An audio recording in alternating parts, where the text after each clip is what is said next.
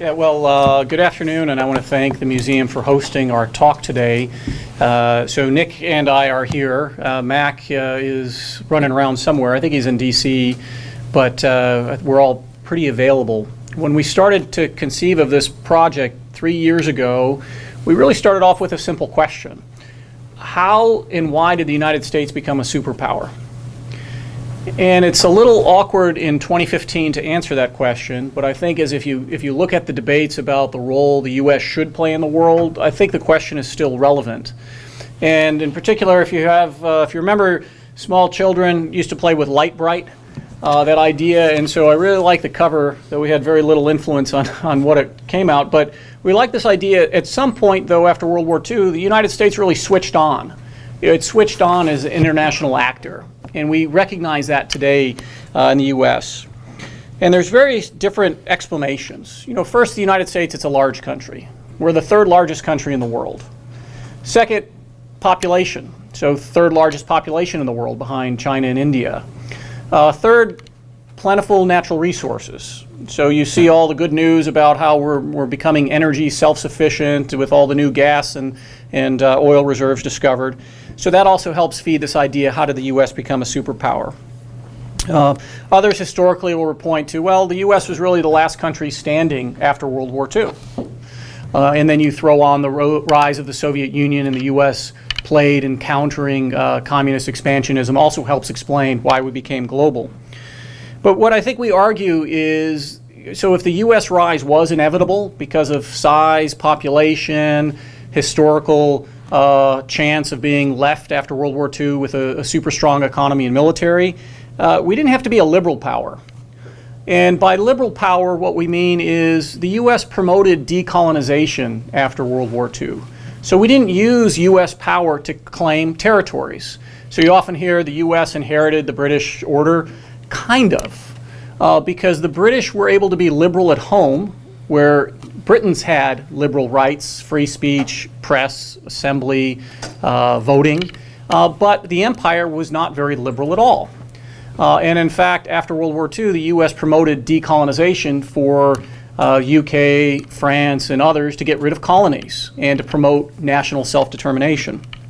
And we think this is a really important point because it also breaks from the historical precedent of what great powers do. When you win a war, you're supposed to get the spoils to the war. But the U.S. doesn't do that. And so you can start going back from your World War II period with the Marshall Plan. We didn't act like the Soviets, where they went into their part of occupied Germany and took home factories and equipment and people. Instead, the U.S., we did have a generous visa program to bring German scientists to the U.S. and among other things. But the U.S. also spent billions of dollars of taxpayer money to rebuild Western Europe. We didn't attempt to kind of keep Germany down. We didn't attempt to kind of steal from their future by exacting war retribution or anything. In fact, we supported an independent and aided with the development and reconstitution of Europe. And that's very different from how past powers behaved. The U.S. also has very limited territorial ambitions. And so you do know the United States, it's a global power, and certainly being here at the Naval War College, I think we appreciate how the Navy enables that power by being able to operate anywhere in the world. And to me, being a superpower means that, being able to deploy forces 8,000 miles away and sustain them indefinitely. And that's really what we've been doing in Afghanistan, for example, and Iraq previously to that. And the idea that countries around the world, they don't fear U.S. power or U.S. ships, they often welcome them. And so you could look at Japan as probably the easiest example, where Japan provides billions of dollars a year to host the U.S. Navy and Marine Corps in Japan. That's, again, unprecedented. We don't force ourselves on other countries. We seek to be able to treat other countries on an equal playing field with the idea by working together, we'll make things better for everyone. Now, to be sure, the international system does speak with an American accent. So the international system is born in the USA. So the United Nations, for example, begins with the San Francisco, California Treaty. Now, Putin, I saw in his recent speech at the UN General Assembly, he says it all began in Potsdam, and therefore it speaks with a Russian accent. But I think that's we don't even need to debate that point. It's a San Francisco Treaty. The UN is headquartered in New York City. It's not headquartered in Moscow, not London, not Paris, not Tokyo. And that gives us some distinct advantages. Likewise, the modern international economic system was born in New Hampshire, at Bretton Woods, New Hampshire. And so as we start thinking about, for example, the International Monetary Fund to help stabilize currency and enable currency flows, the idea of the World Bank to promote infrastructure around the world. Though that's an American sort of at least conceived idea. And then what becomes the World Trade Organization as well, conceived in the United States. Of course, the importance of our allies. In a I guess, more mundane example, if we think about the internet, for example, so we think of the internet as essential today for social, commercial interaction, born in the United States. And we get some special privileges of that. So the domain name system, for example, it still has been a subsidiary of the Department of Commerce.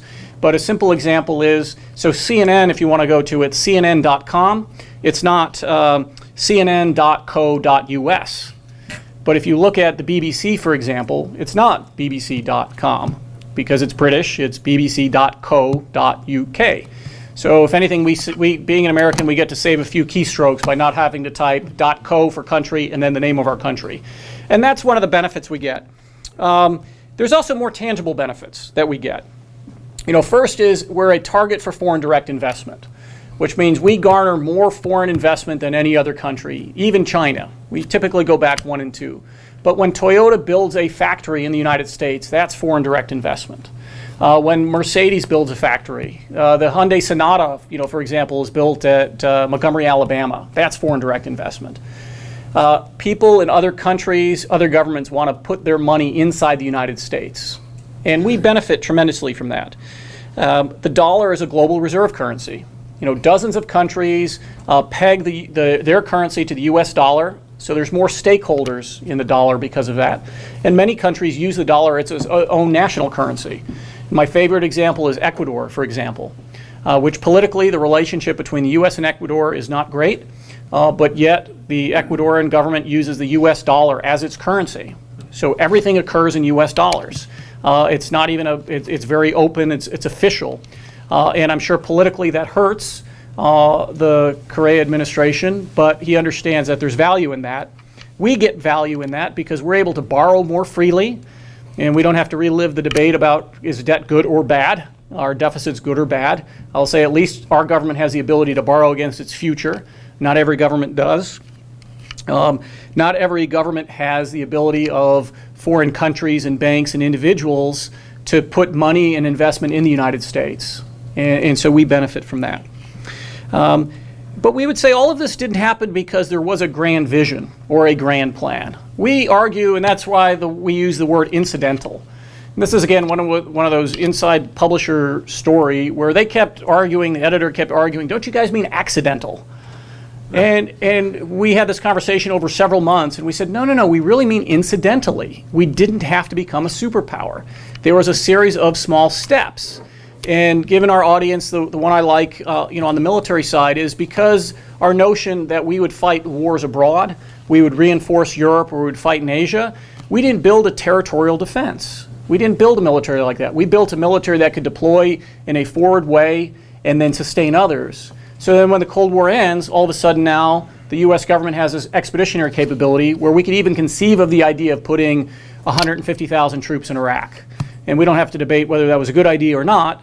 But it is something that just kind of happened incidentally because we thought that's how we would fight abroad. The other thing I just want to highlight before I turn it over to my colleague who's going to look at some continuities is, from a defense perspective. So the example I like is Churchill's war bunkers disappeared after World War II. The Pentagon, which was built in a very hurried fashion, didn't disappear. And in fact, the Pentagon becomes what we know of today as a permanent military establishment. And that's a break from U.S. history. Because prior to this period, there was a boom and bust cycle with defense. that we had a very small standing military, and if you look back at the Constitution, it says Congress shall, provide and maintain a navy and raise armies. So we should always have a permanent navy. Armies should come and go. And we lived that more way, for about 150 years of our history. That started to change after World War II. So the Pentagon didn't disappear like Churchill's war bunkers.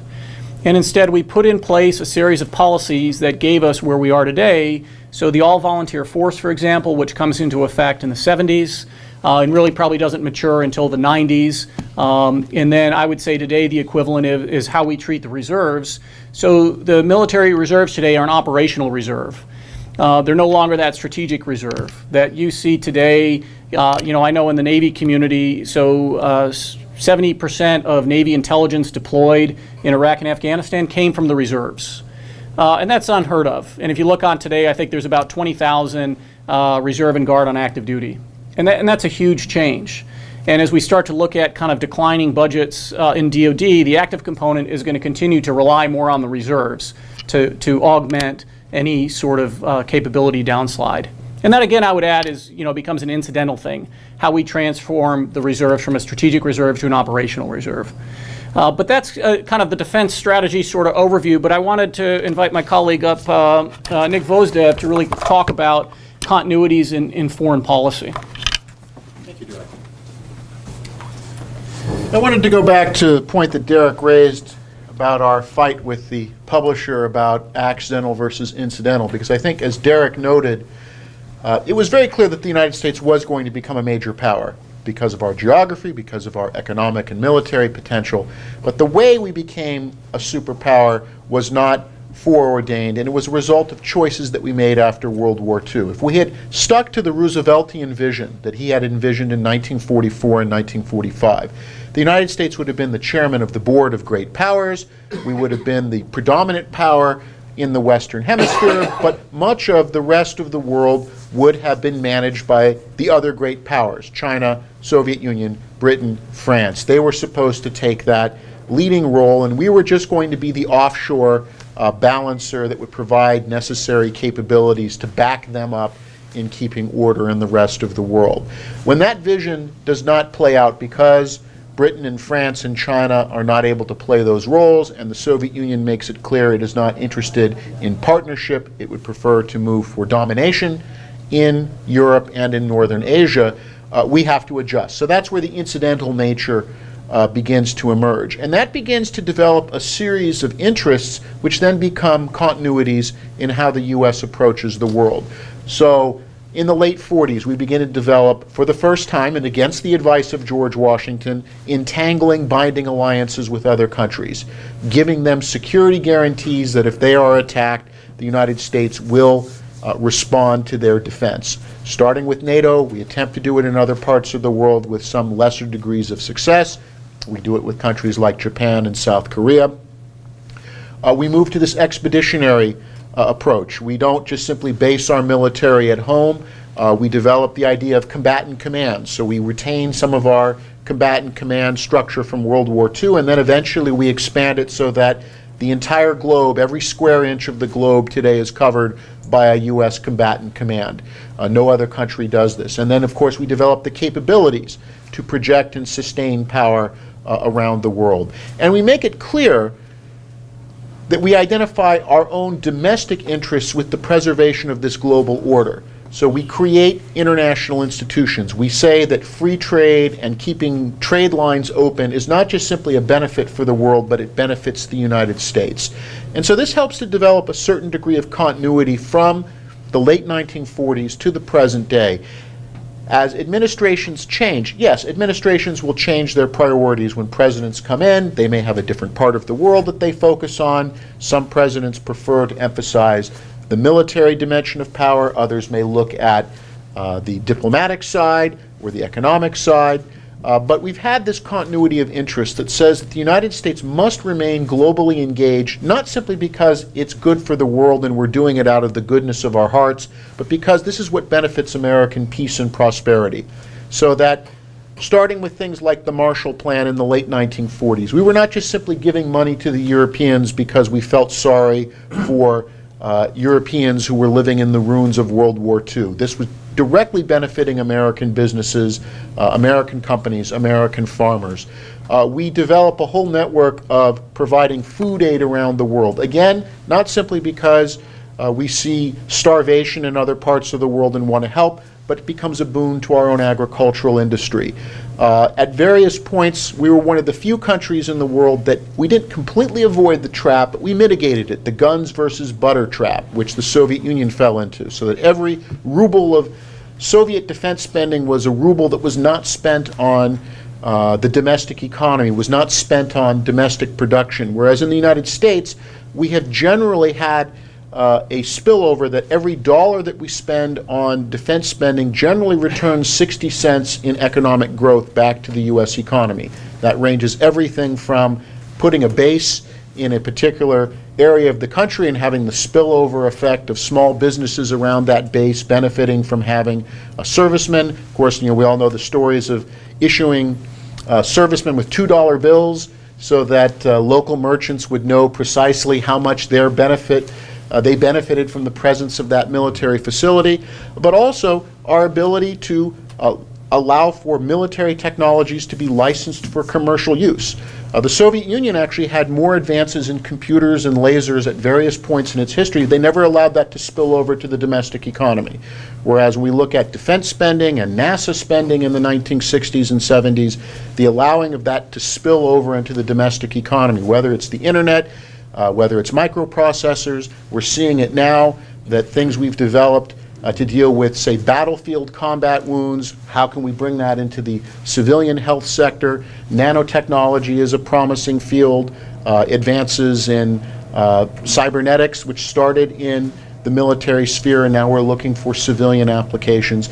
So what happened is that over the last 60 years, the projection of this forward international position of the United States was something that the U.S. political system would justify because we benefited from it.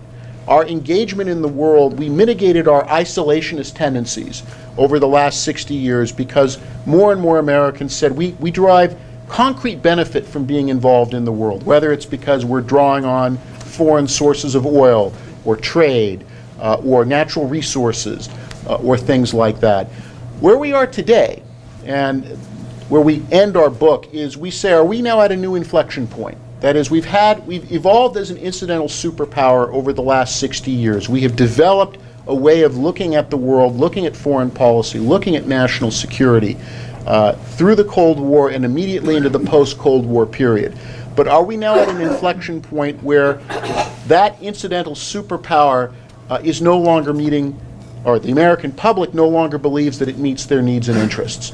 And this can be from a variety of things. And for example, if we do become truly energy self-sufficient, we can source all of our energy needs from certainly U.S. sources, but maybe just from within the hemisphere. So our Canadian oil sands, Brazilian ethanol, the new discoveries off the coasts of Brazil and Cuba, rejuvenation of the Mexican oil industry. Does that change our commitment to keeping the Persian Gulf open? Do we suddenly say we no longer need to the Carter Doctrine and Reagan corollary, which said keeping that part of the world secure and safe and stable was a core U.S. interest. If we're not pulling our energy from it anymore, do we say it's no longer our responsibility? Let China handle it, let India handle it.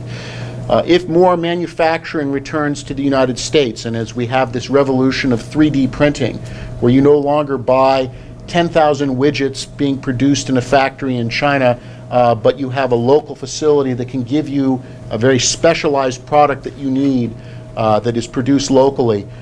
Do we lose our emphasis on wanting to keep those sea lanes open? Is it as important to sell goods and services abroad?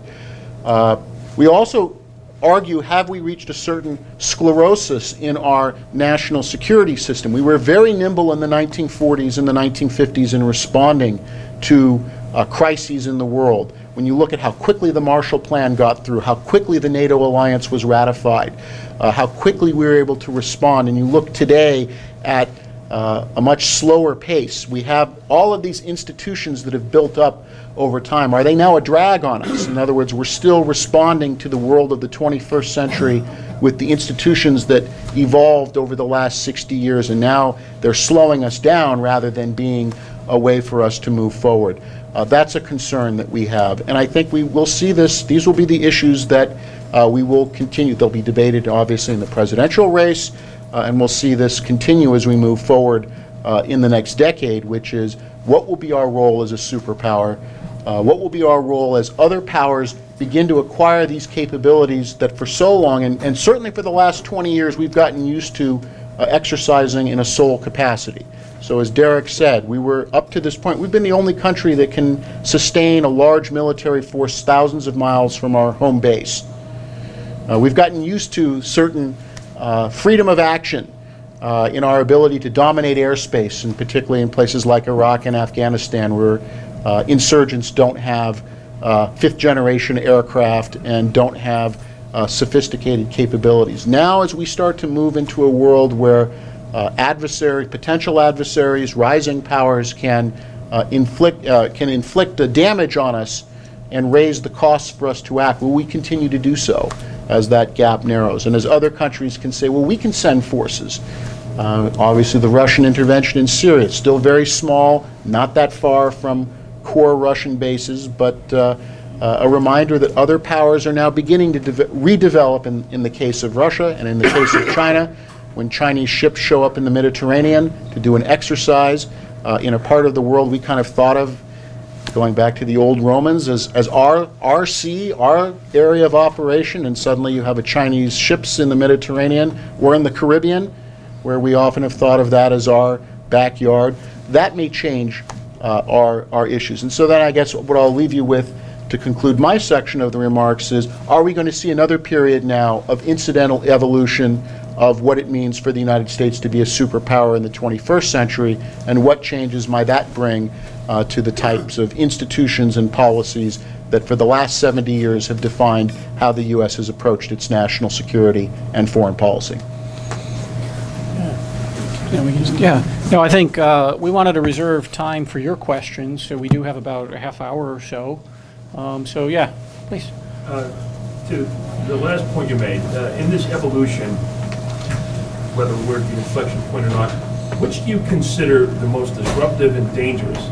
The fact that perhaps we may not be able to any longer sustain such a force overseas, or the fact that somebody else can? You want to?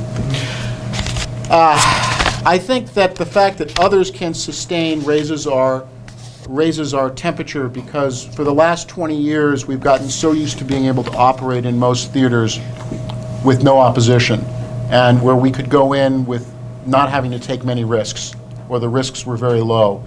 And so that now that other countries are showing their ability, as we've seen now with Syria, that our calculus suddenly changes once there's Russian airplanes flying out of Syria, and we no longer have uncontested ability to fly over Syrian airspace, and we now have to think about doing it. So I think the second is the bigger issue, because that changes our calculus to say, well, what are we willing to lose? And this formula that Derek likes to use in foreign policy is, what are we willing to die for? What are we willing to kill for? What are we willing to pay for? And what are we willing not to do any? And I think for the last 20-some years, we could inflict a great deal of killing and damage without having to do a lot of dying ourselves, comparatively speaking, based on when you look at World War II or Korea, and we've gotten used to that. It also means that our politicians have a much lower tolerance for risk. So I think we're now in that phase where having to say, this matters to us, but we may need to think about losing more ships, more aircraft, more people, changes our calculus, and how that plays out over the coming years, I think, will be interesting. And it could then tie into this neo-isolationism that we're seeing emerge, at least in some segments of the American electorate, saying, the rest of the world, we did our bit for keeping the world safe and secure. Now someone else can take on this burden. Yeah, and I'm not quite sure it's an either or either. Yeah. Because if you look at kind of the nature of warfare, I would say at least, probably forever, but at least the last 20 years, it's coalition warfare is the norm. So it's rare the U.S. does things unilaterally. I mean, I kid my class that the last great war the U.S. fought was Panama. in the sense of it was unilateral, it was overwhelming force. 30 years later, it's stuck, right? Democratic, capitalist, friendly country to the United States. We can't claim that with any other country. The last war, and so there is this sort of frustration. On the one hand, I think we're happy that great power tensions are relatively low. Of course, we have differences with Russia and China, but they're also partners in many respects. And so, for example, if we take Russia, the U.S. can't get to space without Russia today. Sustainment in Afghanistan is dependent on Russia. If we look at on the China side, it's easy to point to the negative, but then we could also point out, on the positive side, any sort of issue with North Korea, China is essential. We look at the Iran question, it was the P5+1, Russia and China included, that helped us, got the Iran nuclear agreement, which we think is important. And so sometimes I think what we try to do is we confuse normal diplomatic friction that we see today, and we try to put it back in this old Cold War sort of thing. And so jokingly, again, I'll tell my students, if you really want to hurt the Chinese, just close the port of Long Beach. Right? China's growth and rise is dependent on U.S. imports. The economies are intertwined whether we like it or not. And I would argue we like it. This is part of the U.S. plan to raise China. I mean, this is why Nixon went to China, and every U.S. president since has gone and enabled that. We benefit tremendously from that. I know that's not popular to say, but our standard of living as Americans is higher because of China. And so we have to learn to kind of reconcile with that ambiguity, and I think at least the last 15 years have taught us we've struggled to translate tactical victory into strategic victory. And I think a lot of that has to do not necessarily with the U.S. military, but with the nature of conflict, which is primarily internal these days. I mean, that's something we should be celebrating. I mean, I don't think we're terribly worried about nuclear war today, but if we go back to the 1980s, absolutely. Well, absolutely. Sir? I wonder if you can share some insights you might have for foreign policy and defense strategy on what looks like the 21st century version of invasion, which is immigration. Uninvited people coming into the country, not with tanks and infantry anymore, and intending to stay, but in large numbers. Is there any insights from your analysis that you can help with us? What kind of a policy strategy can we cope with that? Yeah, I mean, I would say, the U.S. has largely benefited from legal and illegal immigration. I mean, really, when it comes down to it. And we still haven't reconciled this notion of, it's a violation of law. However, it's U.S. companies, it's U.S. individuals offering illegal immigrants jobs. And as I globally think about why the U.S. does so well in the world is because we have this unique ability to integrate populations from all around the world.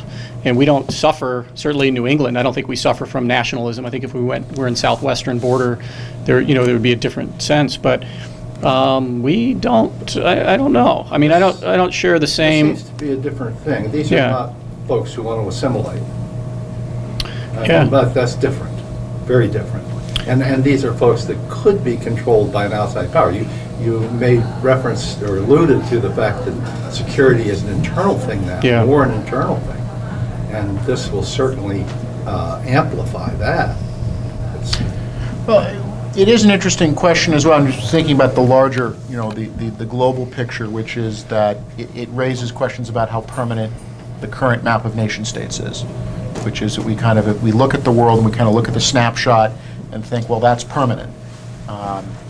So we see, migration changes in the European Union, and not, and we just finished. We had the Ruger conference here, which was looking at Ukraine, but then also that situation is tied to the migration crisis, but is also tied with a number of smaller European countries, particularly those that had just escaped from Soviet domination, now saying, well, wait a minute, are we going to have? We fought hard to preserve our identity and culture, but we're 2 million people, and if the European Union wants us to take, 100,000 or 200,000 migrants, and then the question is are people, say, going to learn like Lithuanian or Hungarian? Probably not. They'll speak English. It kind of changes the dynamic there, and that produces tensions because you have people saying, I want to hold on to national identity and not have it just be changed. And the question in the big migration questions in PACOM in the next 50 years, which is you have Russia and Australia, two resource-rich countries,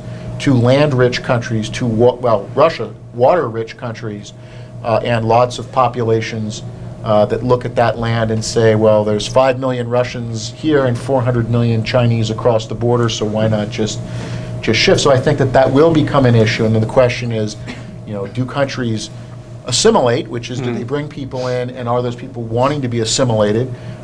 Do countries export their populations and then hope that creates levers of influence so that you send your population and you make sure they still have passports and you still say that they're your citizens, but now you have a reason to, and the Russians use this in parts of the former Soviet Union to say, well, those people are Russian passport holders, so they weren't migrants in the same way, but the principle is there. And then what it does for the cohesiveness of current allies, and even within the U.S. I mean, as our demographics change, will we focus less on Europe? We have more immigration from the South and East. Do we become more of an Asia-Pacific and hemispheric power, and therefore what happens in Europe doesn't matter because you have more people who then say, what happens in Europe, I don't care. My family doesn't come from there. I don't think of them as being connected to us. And the same thing in Europe, which is we've seen the impact of changes in demographics in Europe of European countries willing to partner with the U.S. in the Middle East, saying, well, the U.S. has a particular approach. So I think that does become this question of, and actually, if I may, it touches on a larger question about the changes in the nature of war and conflict, because our old model, our Cold War model is, here's my border, you cross it with tanks, that's an invasion. We had in 2007 the cyber attack on Estonia, right, which crippled their banking system, crippled their government system, cost hundreds of millions of dollars in economic damage, probably occurred from Russia, of course couldn't be conclusively proven, and the Estonians said, we were attacked, NATO, do something, and people said, well, but NATO is, invasion means somebody has to come with a uniform and a tank and cross your border, but does a cyber attack count? Do little green men count? Migration, all of these then begin to change the nature of what is war, what is conflict, and then what is the nature of your obligation if you're in a treaty relationship with a country to protect them. And the Hungarians didn't quite make that appeal to NATO, but they were on the verge of saying, well, we're being overrun by migrants coming in from Serbia. NATO, maybe you better send, they decided not to make that NATO appeal. They went through the EU, but that would have been a very interesting discussion if the Hungarians had gone to Brussels and said, we need the deployment of NATO countries need to provide forces to stand on our border to keep people out. And whether or not NATO would have honored that as an Article 5, I don't know. So you've opened up an interesting, because the whole nature of war in the 21st century may be changing. And in the North American context, I'll point to prominent Americans like Dave Petraeus and Bob Zoellick, former World Bank president, deputy of State. They've argued we should think about NAFTA in a political context. NAFTA, our largest trading partners, Canada, Mexico, China's number 2, but Canada and Mexico are 1 and 3 respectively. Start evolving NAFTA to think about it in a political context, where partly there are militarily because of NORAD with Canada. And so these, Petraeus and Zoellick, they chaired a commission for the Council on Foreign Relations about a year or so ago. Yeah. And this is one of their conclusions is, look, if we want to compete globally, we need to start talking about the NAFTA, just like we talk about the European Union. Or ASEAN. Yeah. Sir? I just wanted to poke a little bit at your use of the word incidental again. I would think that President Truman, Eisenhower, Senator Vandenberg, and this collection of people that decided that it was better not to return Germany to pastoral, or even the same thing applying in Japan, that was not incidental. This was an absolute reversal of Republican policy to now support an international order as defined by Truman and Eisenhower. And it just strikes me as being kind of counterfactual. But that was a deliberate move to make us something other than incidental power but a world power that had real control. Am I just misreading what they did? I think what we meant by incidental was that in the absence of certain factors not being in place, say like the Soviet Union had collapsed in 1945, that as a result of the war, you had an uprising and, the army says enough with communism, we're going to march on the Kremlin and take out Stalin, and the Soviet Union falls apart. We may not have done those things then. We would not, maybe we would have gone with the Morgenthau plan and said, hey, Germany can be pastoral, Japan can be. So for us, I think incidental was that there were we were reacting to things. We didn't come in 45 with a plan saying we're going to rebuild Germany, we're going to create NATO, we're going to sign a defense treaty with Japan. It was incidental reactions to things that were happening that otherwise we maybe would have gone back to. So in some ways it was being driven by these events rather than by an American plan. Yeah, small, I think too, we use it as a series of small decisions that led to this, and so I have to take both words at the same time. Back to why did the U.S. become a superpower? It was incidental. Certainly decisions were made, but if you look back at the plan, and the easiest one to see without digging deep into history is why the Soviet Union ended up on the UN Security Council. The U.S. was in a position to dictate in 1945 the composition. And I think in retrospect, we would look at that as like, what a horrible decision. I mean, we ended up with 50 years of heartburn. Who in their right mind would put the Soviets on the Security Council? But the original idea, as Nick mentioned, is the world would be governed, the U.S. would be kind of this chairman of the board and this sort of I always want to say the four horsemen, but it's this idea. Four policemen, thank you. But the idea, China at the time, Taiwan would kind of manage Asia, and the Soviet Union would manage Europe, Eastern and Central, and the Brits would manage Western Europe, and we can kind of focus on our own hemisphere and not worry about it.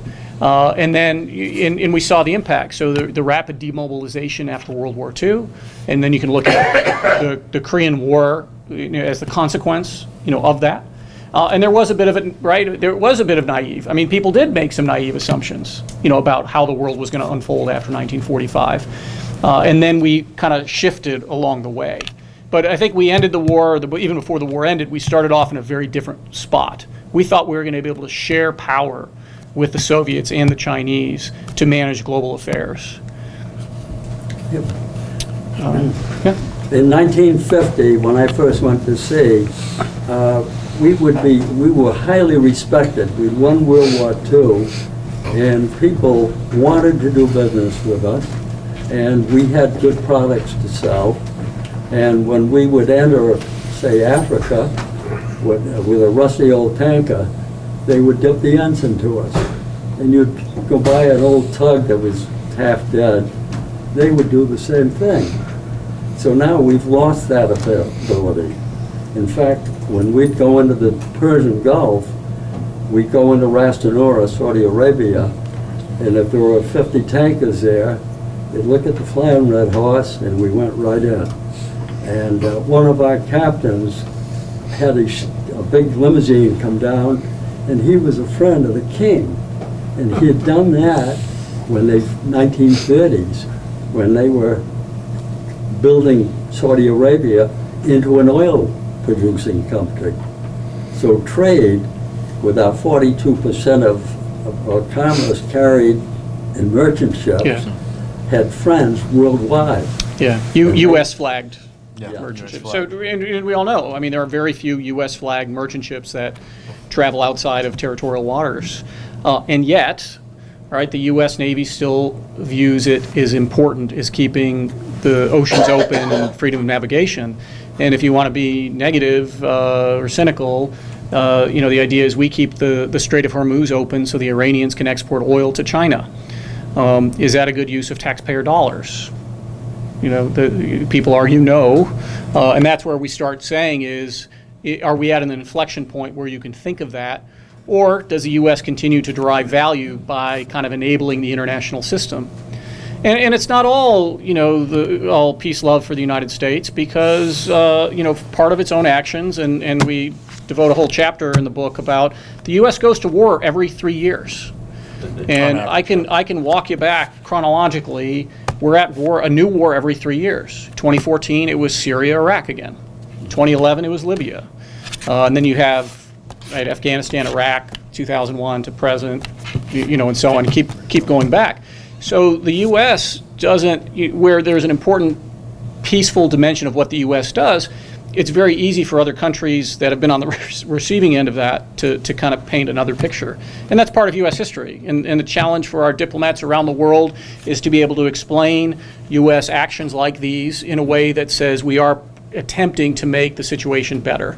And that can't always be easy. So if you see a Foreign Service officer out there, make sure you thank them for their service too. Yeah. Well, you see that with, the shift when we talk about this, and certainly this was also a book that Charles Kupchan wrote about our predilection for wanting to turn former enemies into friends, where we believe, we did not, and again, going back to Derek's point about, not that Americans are necessarily more moral than others, but we made a change in our security, where most countries identify that when they go to war, they have to ground the enemy down so that the enemy can never challenge them after that war. The whole, we're going to take Carthage and burn it to the ground and salt the earth.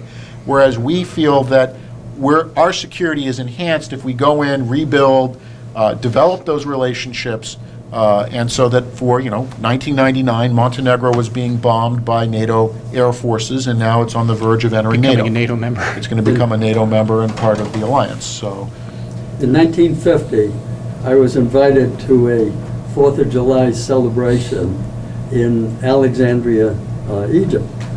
And when we got there, I never saw booze flowing in such quantities. And they had a French general walked across the floor and collapsed. And he had to Yeah, sounds like good times. Yes, sir. Can we go back for a minute maybe to this business of the cyber threat?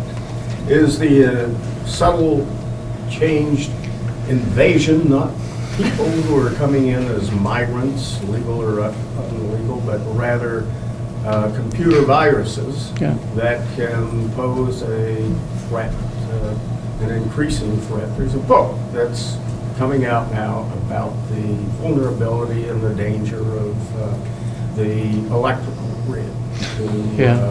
Ted Threats. Koppel. Have we built our own Trojan horse and stocked it with the real threats? well, you're the EMC chair. This is your. So the one good, so the book has been reviewed a few times already, and the one criticism that we got was, you guys didn't mention cyber. And I talked to the reviewer, I'm like, yeah, you're right. You know why? Because at the same time, I published a book on China and cybersecurity. And so I think I had compartmentalized, and I didn't want to get wrapped up, and I think we both didn't want to get wrapped up in specific threats. We were looking more broadly. The challenge for these threats that don't resemble traditional things is we don't know how to deal with them. And it goes back to, on the cyber, I assume you're talking about Ted Koppel's new book. And there's a big debate: cyber war or no cyber war. We're going to all wake up, one morning with no electricity or not. All I could say, at least so far, is we think about cyber. It's really kind of in a criminal perspective. People stealing identity, credit cards, some financial. It's done in an espionage way, secrets. Now, the U.S. and China recently, I don't know if they signed anything, at least they agreed publicly that we will not target each other's intellectual property. Because the U.S. is splitting hairs. The U.S. says, look, espionage is kind of a historical way of doing things. Just don't go after economic data. And that's really where we're pressuring the Chinese along those front. Maybe at some point, partly I go back to the Willie Sutton idea, or he robbed banks because that's where the money was. That the U.S. is where the intellectual property is, and it's not only targeted by China, but many other countries. Does that trigger war? I go back to, at what point can you no longer discuss? And the frustrations that some people have is you look at Chinese behavior on cyber and you say, wow, we need to do something. Okay, we'll do what? Do you want to jeopardize Chinese buying U.S. treasuries to finance U.S. government operations? Do you want to jeopardize Chinese role in controlling North Korea and participating with Iran? Do you want to compromise your second largest trading partner? From an administration perspective, I don't think it makes the big list. It's on the list, but it's not at the top of the list because the U.S.-China relationship is so complex.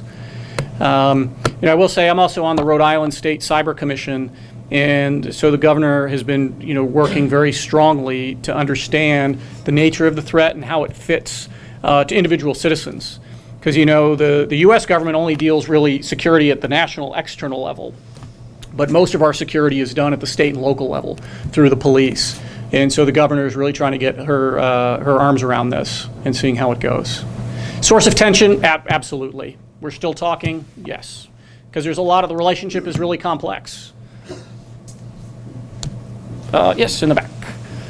I have a question about in your book. You mentioned the subject about rediscovering the intensity of national interest and redefining national interest as a response to the whole change in geopolitical sphere and defense and everything. Like, what could it be? What could be different about our national interest? As, like, to me, through my research, I discovered that national interest is very connected with national identity. And national identity of us, the United States, is like in leadership, in free trade, in democracy, and human rights and freedoms. So that's always going to be pinnacle of everything we do in assuring that this is met. Like, what is your perspective and what could be different? Like, how we rediscover our national interest in the current affairs? Well, let me give you two examples. And I've already alluded to one, which is a redefinition of our national interests as they relate to the Middle East and the Persian Gulf, which is to say, Saudi Arabia, you're an autocratic monarchy. We don't like your monarchy. We don't like what it's doing. You're selling most of your oil to China. We don't need your oil. You and the Chinese figure out how to get your oil out of Saudi Arabia to Asian markets. We're not going to base anyone there. We're going to close our bases down. We're going to come home and we're going to kind of, on the lines of what Derek said, we're going to kind of create a super Western Hemispheric community, and we're going to say, this is where our energy and trade is, and, lots of luck to you. So that could be a redefinition, because ever since the 1970s, and even before, going back to when Roosevelt met with the king in 1944, we have said the security of this part of the world is a core national interest of the United States. That could be a redefinition if we have more of our, and we could say, not our concern anymore. We have this definition of ourselves as democracy and human rights, but the question is that are we missionaries or are we city on a hill? That is, we're here to spread it to the rest of the world, or we suddenly go back to saying, you know what, this is how we do it, and you want to follow what we do, great, but we're not going to spread it anymore. So the impact of kind of the Arab winter now, not the Arab spring anymore, and we say, we're done with trying to transform societies. Afghanistan, we'll see what happens in the aftermath of Afghanistan, but we can't really look in 2015 and say that liberalism has taken real root or hold there, and so we may redefine our national interest back to the way back to a John Quincy Adams approach, which says, human rights and democracy matter, but they matter to us as an example, a light to the rest of the world, not for us to, as he said, we don't seek monsters out in the rest of the world. So that could feed back in. There's a new type of American exceptionalism, which is that, America is exceptional, and it's exceptional because it's America, and the rest of the world is not like America, so it's useless to make the rest of the world try to look like America. Come home, America. Secure our borders, secure our area, and so that could be a redefinition. And we sort of, we're going to see what happens in the presidential race. We saw some of that being articulated. It seems to be diminishing now, but last year when people were looking at some of the candidates, were saying, well, we can see this isolationist redefinition emerging. But that strand is in our political DNA as well. I mean, the missionary DNA has been active for the last, since Wilson and definitely since World War II, but the isolationist DNA is there too, which says, Yeah, I like the city home. on the hill versus missionary. I would add referee versus spectator. I think the one thing we don't appreciate as Americans is we get to be a referee. Because we have the distance, we don't have, if you start thinking about, there's historic nationalist rivalries. I can't think of one with the United States. I mean, the U.S. tends to, even the Brits, they burned down the Capitol, they burned down the White House in the War of 1812. But we would, right, the Brits are our strongest ally and best friend. We get over things. And so the one thing I think the world looks to us, so because sometimes this sort of discussion gets you into, well, right, let the Chinese and the Saudis figure it out, and then we become spectators. And I would say I think the role the U.S. has been playing is more of a referee. And maybe if we want to stay with nationalist examples, maybe the Suez Crisis, where the French and British jumped in, tried to renationalize the Suez Canal, and the U.S. said, no, that's Egyptian. And so the U.S. does get to play this role of referee, and I think maybe that's where I think is current policymakers struggle to try to figure out, well, we can't solve that problem, therefore we should do nothing. No, there's a role to play. And I think, to me, it's more the referee and somewhere that's in between. Yes. Yeah, Derek, Gentleman in the back. If I look at the last two comments, it's looking forward, national interest, cyber threats. Yeah. Whereas when I look at the title, not to go back on the play on the nuance of words, evolution of an incidental superpower, I'd be interested to hear going forward, is it going to be the evolution from an incidental superpower? Are you looking at the United States still wanting to be a superpower? Especially with regard to foreign policy and defense strategy. We talked about national interest, cybersecurity, Strait of Hormuz. Do we want to be a superpower, and how would that relate to our foreign policy and defense strategy? Yeah, that's a great question. And that would be a nice follow-up book, wouldn't it? Evolution from Evolution from? incidental superpower. Well, I mean, one of the things, the reality that we're facing with is that for the first time since World War II, most Americans, increasing number of Americans, don't perceive superpower status as benefiting them anymore. In contrast to the 50s or the 60s or the 70s, where people said, America's a superpower and I benefit from that because, whether it's trade or security, people say today superpower status means we get bled, we have to go into all these, everyone always expects us to do the heavy lifting, and then someone else gets the reward. I mean, and what happens, I think, in Afghanistan may help set that narrative, because if the end result of Afghanistan is going to be that China benefits, that we kind of set the table, and then China benefits from all the resources and the contracts, and kind of the same thing we heard after Iraq. We were promised in 2003 that we would go in, we would liberate Iraq, and then there would be all of this economic benefit. We were going to have lower oil prices, we were going to have, and then you look at the contracts and other things that didn't quite work out that way. So I think you now have that sense, and that's why I think the question then moving forward is that does that sense grow in the American body politic? That is, do we need to be a superpower to be secure? Do we need to be a superpower to protect our interests? You see that in the Pew polling data. Increasingly, Americans do too much in the world. We should pull back. Not go complete isolationist, not disarm, but let other people handle it. We see it in the reaction, the polling data on the Syria crisis, where Americans say, well, that's too bad what's happening, but you know what, I don't want my sons and daughters going there. If the Turks don't want to do it and the Saudis don't want to do it, then we shouldn't do it. So I can't give you a definitive answer yet. But we're in that point where for the first time since the end of World War II, you have more people beginning to question, does this superpower status matter? And then this question of, well, maybe it matters to elites in New York and Washington, but it doesn't matter to Main Street anymore.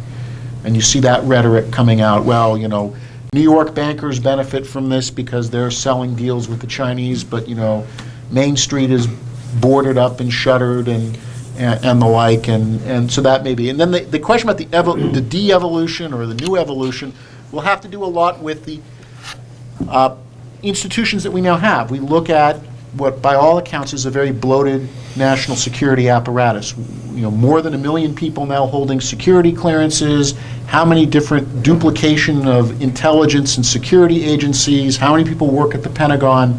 How sustainable is that? And are people going to say, well, now we have this sclerotic national security establishment that has evolved, and it's now time to really take the meat cleaver and, for me, a bellwether will be, is AFRICOM still here in 10 years? Do people say, well, we don't need AFRICOM anymore. Maybe we don't need SouthCom. They can just be folded back into EUCOM and back into NORTHCOM, because we don't need to have that presence, and we're going to start cutting back on these things. We have a point in the book where we say, at the end, the real challenge we're facing is we have a defense or security relationship with some 150 countries right now.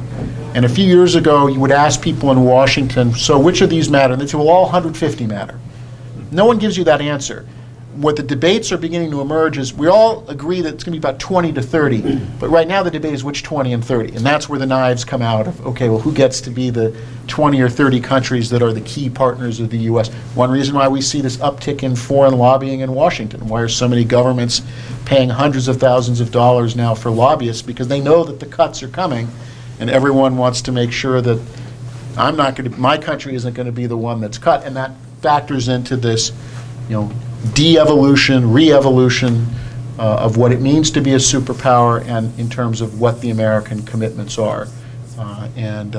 The high point in the mid-2000s where you had a bunch of countries that had these what they thought were virtual guarantees from the U.S., so countries like Georgia, where the Georgians kind of basically felt that they were basically members of NATO, discovered in August of 2008 that if you haven't signed on the dotted line, and then Ukraine, discovering that, a throwaway memoranda that was kind of propagated in 1994 to kind of keep them off, keep them from asking, well, that's great. The president went to his lawyers and they said it's maybe a moral obligation to help Ukraine, but it's certainly not a legal one.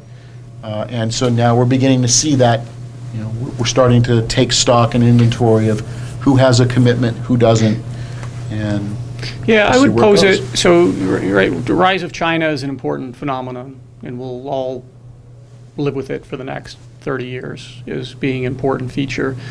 I always love the contrast between when the Chinese president arrives in Washington State and has dinner with Bill Gates and everyone else from kind of the IT and Boeing sector, and then you contrast that with how the Chinese president is treated in Washington, D.C.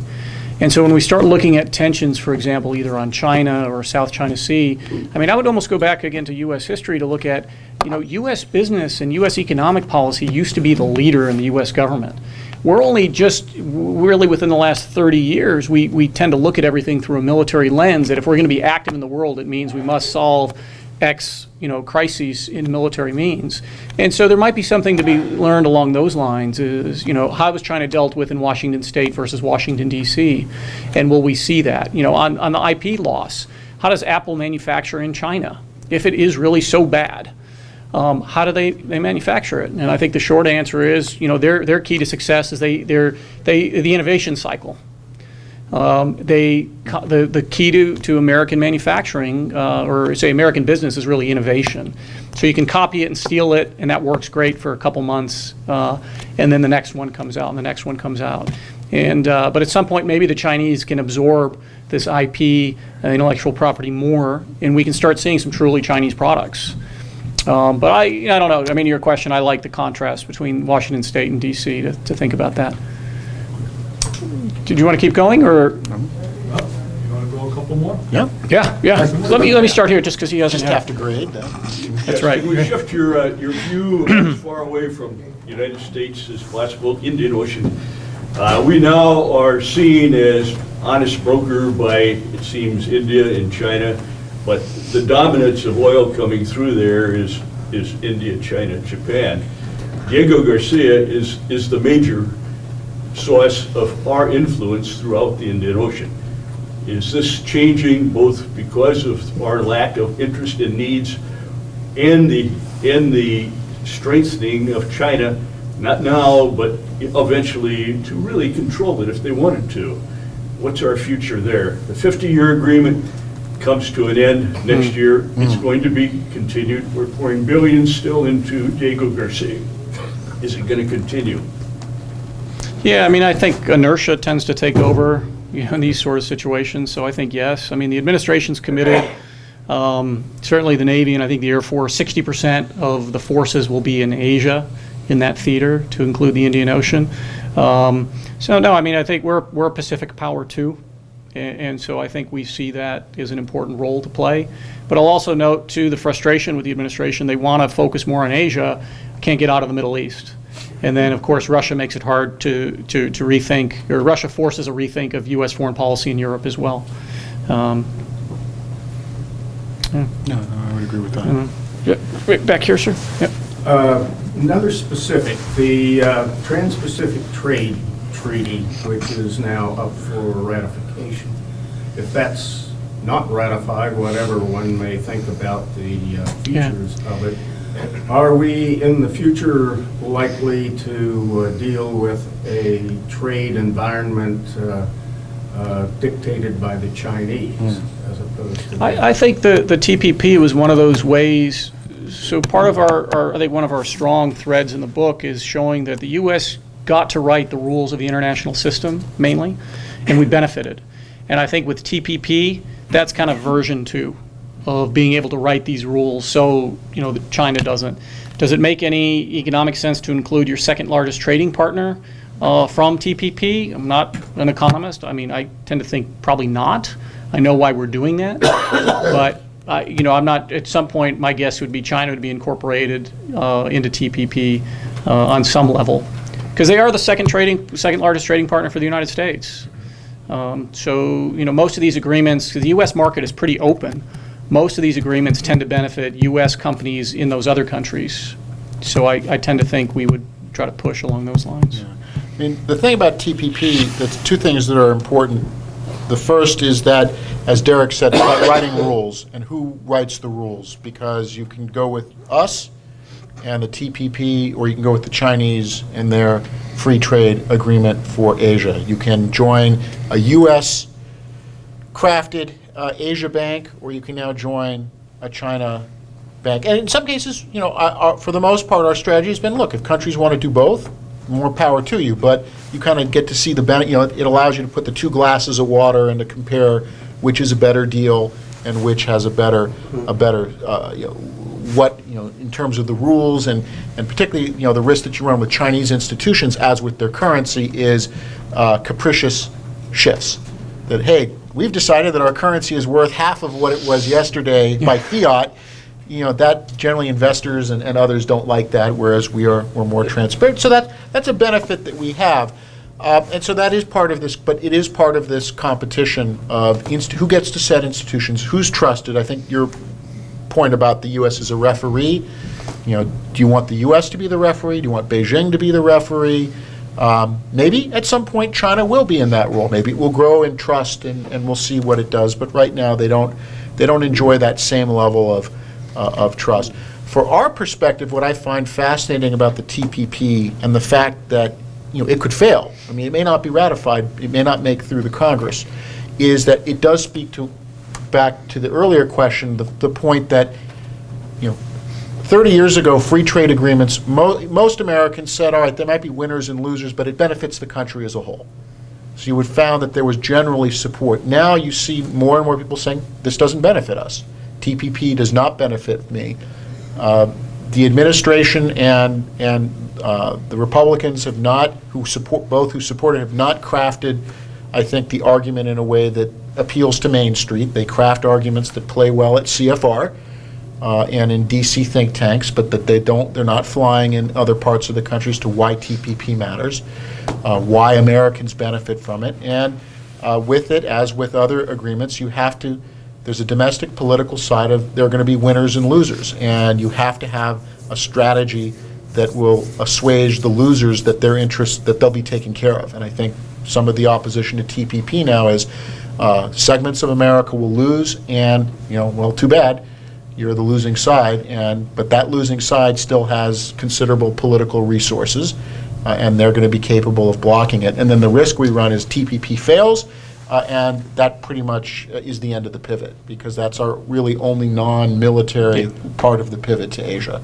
And then it just becomes, we can put more aircraft carriers, we can have Diego Garcia, and then you're going to have countries in the region saying, why did the Americans solve everything only through hard power? So, and it'll never be enough. Our allies, part of a key tenet of U.S. foreign policy and defense strategy is promoting our allies. We empower our allies through weapon sales and transfers. We enable our allies by doing joint exercises and coalition operations. And all of this benefits the United States because we're supporting the defense industrial base at the same time.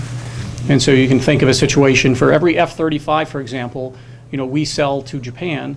You get jobs in the United States, and you get one more fighter aircraft in theater that that you don't have to pay for.